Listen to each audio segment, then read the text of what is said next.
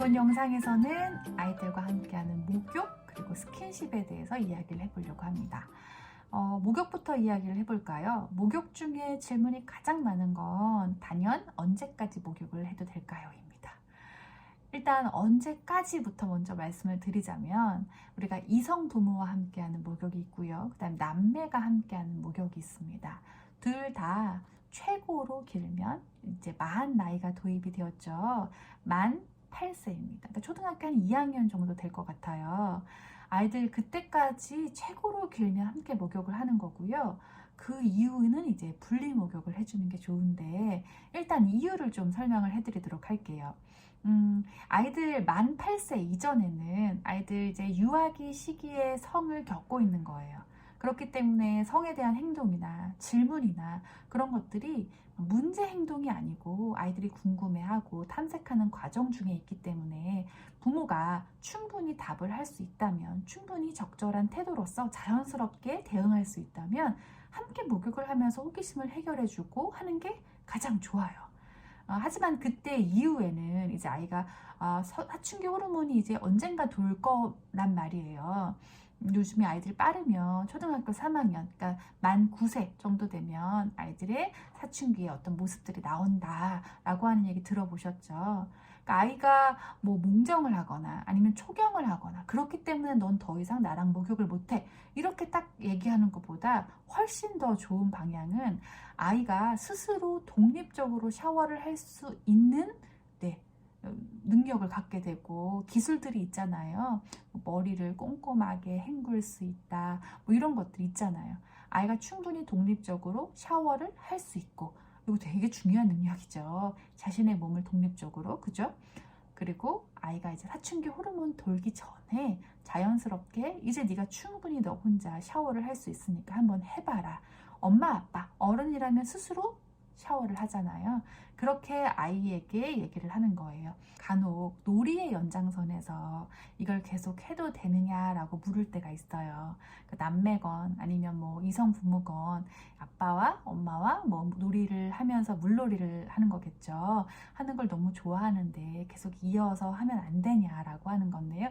사실 이 목욕을 하면서 나누는 놀이들이 스킨십을 기반으로 하고 있기 때문에 질적으로 굉장히 깊은 놀이이기는 해요. 하지만 이제 아이들과의 놀이도 바뀌어야 되겠죠. 때문에 네가 그걸 놀이를 원하는구나. 아이는 말하는 건 스킨십이나 이런 질적인 놀이를 원하는 거예요. 샤워를 꼭 하지 않아도 우리가 같이 놀이는 충분하게 할 수 있거든요. 그래서 아이가 원하는 놀이라 할지라도 이제는 샤워는 독립적으로 하는 거야 라고 분명하게 얘기를 해주시면 좋을 것 같아요. 그런데요, 아이가 만 8세가 되지 않았어요. 그럼에도 불구하고 분리 목욕을 해야 될 때가 있습니다. 이성 부모가 단 한 분이라도 불편한 거예요. 그러니까 아이가 불편하든 어른이 불편하든, 그러니까 아이가 자기의 몸에 대해서 터치하는 게 너무 불편한다거나 혹은 어른이 이 아이랑 같이 목욕을 할 때 질문이나 행동에 대해서 자연스러울 수가 없어요. 그래서 그런 것들이 계속 노출이 돼요.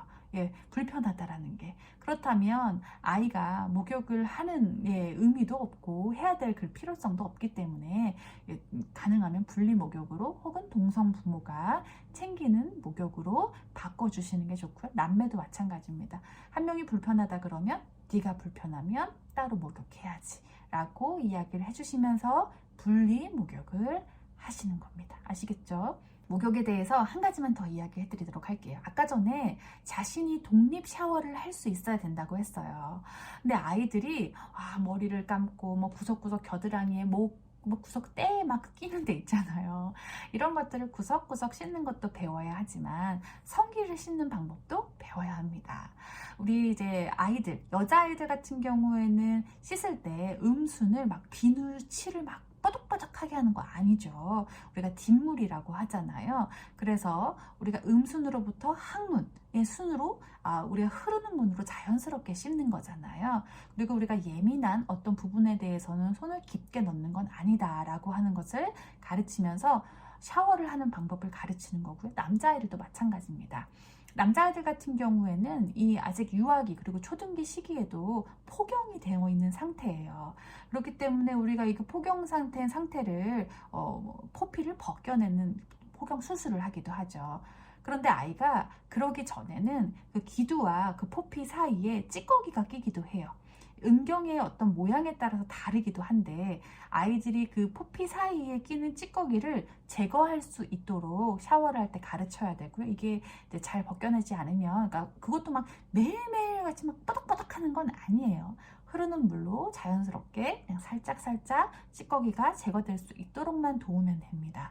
예, 이게 계속 방치하게 되면은 염증으로 유발할 수 있기 때문에 아이들에게 자신의 몸이기 때문에 잘 가르쳐야겠죠.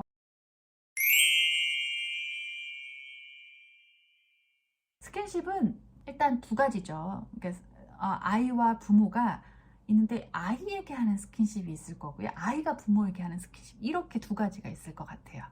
근데 부모가 아이에게 하는 스킨십에 있어서 아이가 거부를 할 때가 있단 말이죠. 그럴 때 아이의 거부에 대해서 우리는 그거에 대해서 막 왜 거부하는 것이야 막 이렇게 화를 내거나 장난삼아 이야기할 때가 있는데요. 스킨십도 내가 지금 몸이 원하지 않는 상태야, 혹은 난 그게 불편해, 그런 감각이 싫어 라고 이야기를 하는 건데, 그걸 말하는 것을 지금 기회 삼아서 우리가 가르칠 수 있는 상황이거든요. 그랬을 때 네가 불편하면 그렇게 말하는 거야. 그리고 네가 불편하면 아빠가 그걸 안 할게, 엄마가 멈출게 라고 알려주셔야 돼요. 근데 이게 반대도 마찬가지예요. 부모가 아이가 하는 스킨십이 싫어요. 여러 가지 스킨십이 있는데요. 부모님이 예를 들어 휴식을 취하고 있는데 아이가 저기서부터 와당당당당당 막 뛰어가지고 무릎에 쾅 앉는다거나, 뭐 목 뒤에 목마타듯이 이렇게 다리를 걸치면서 엄마, 아빠 이렇게 온다거나, 이런 스킨십이 내가 불편하고 아플 수도 있는 거잖아요. 근데 우리는 이게 정서가 망가지면 안 된다라는 생각에 왜 아파 이러면서도 이 행동을 그대로 받아주는 경우들이 있어요. 아이의 정서는 받아주되, 정서라는 건 내가 하고 싶어가 아니라 이 아이가 부모와 조금 친숙하게 친밀하게 다가오고 싶은 거죠. 같이 놀고 싶어, 엄마에게 가까이 가고 싶어, 이 정서를 받아주라는 거예요. 하지만 그 행동은 교정해 줄 필요가 있습니다. 동시에 나는 이걸 갑자기 하는 게 싫어, 이렇게 아프게 하는 게 싫어 라고 분명하게 표현을 해주셔야 돼요. 그래서 아이에게 가까이 오고 싶었어, 그런데 무릎에 그리고 왈칵 앉으면 엄마가 아파, 뭐 이렇게 정확하게 이야기를 해주셔야 돼요. 그리고 아이가 이제 잘 때 하는 스킨십도 있어요. 엄마의 뭐 가슴을, 아빠의 팔을 등등 이렇게 만지면서 보드라운 어떤 감촉으로 아이가 이완된 상태로 가는 수면 습관을 가진 아이들이 있습니다. 그랬을 경우에 마찬가지예요. 부모님들이 아파, 그만해, 뭐 그렇게 말씀을 하시는데 결국엔 그 신체 부위를 내주세요. 아이가 잠을 안 자고 낑낑거리니까. 그래서 아이가 결국에는 그 신체 부위를 만지면서 자게 되는 경험을 반복하게 되면서 이 습관이 나아지질 않아요. 그러면 부모님은 불편한 잠자리를 계속 이어나가셔야 되고, 아이는 그 습관이 고정화되어 있기 때문에 이렇게 이어가는 거예요. 근데 이 스킨십을 할 때 아이는 부모님이 불편해하는 걸 보거든요.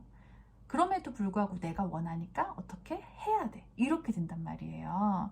그렇게 되면 안 됩니다. 부모님들 그렇게 꼭 잠 안 들어도 잘 수 있어요. 진짜로 잘 수 있어요.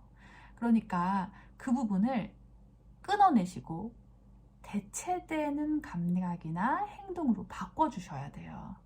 이를테면 이런 거죠. 아이가 뭐 배를 만지고 자는데 너무 배를 쪼물딱 거려서 아파요. 그러면 아이에게 아빠가, 엄마가 아파, 그렇게 하면 엄마가 아프니까 하지 말자. 그래서 대체되는 행동, 예를 들어서 내가 손은 잡고 잘 수 있을 것 같아요. 혹은 내 어떤 신체를 잡고 만지고 하는 게 아니라 내가 그 아이의 신체를 만지면서 긴장을 완화시키면서 잠을 들게 하는 행동도 있겠죠. 다리를 주물러 준다거나, 뭐 발바닥을 만져준다거나, 등을 쓸어준다던가, 뭐 이런 것들이 거기에 해당이 되겠죠. 혹은 대체 물건, 뭐 이렇게 포근한 베개라던가 인형이라던가 이런 것들이 이 아이의 이완되는 감각을 도울 거잖아요. 그래서 부모님 역시도 싫은 스킨십에 대해서는 분명히 말하고 대신에 대체 행동과 대체 물건이나 이런 것들을 제시함으로써 아이가 다르게 잠들 수 있도록 부모님이 싫다고 하면 멈춰야 되는구나를 동시에 같이 배워나갈 수 있도록 스킨십은 가르쳐 주시면 좋을 것 같습니다.